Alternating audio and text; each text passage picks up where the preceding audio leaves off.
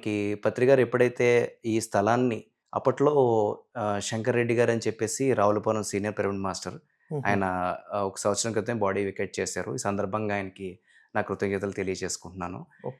ఆయనకి చెప్పేవారనమాట. "సార్ ఎక్కడ కనిపించినా సరే, నాకు గోదావరి ఒడ్డున పిరమిడ్ ఏం చేసావు? హుహు. ప్లేస్ ఓకే అయిందా?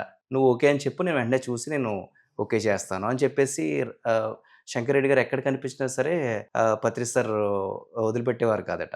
ఆయన హుహు. 2, 3 ప్లేసెస్ చూడడం.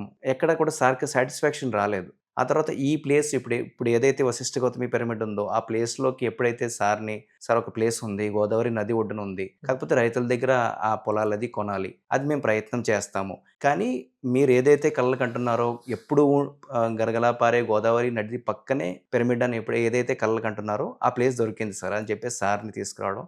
ఓకే. సార్ చూసిన వెంటనే this is the perfect place అని చెప్పేసి శంకర్ రెడ్డి గారిని అప్రిషియేట్ చేసి, దీనికి వర్క్ స్టార్ట్ చేసేయండి ఇంకా. ఇంకెక్కడే మన పిరమిడ్ వస్తుందని చెప్పేసి ఆయన్ని ప్రోత్సహించడం.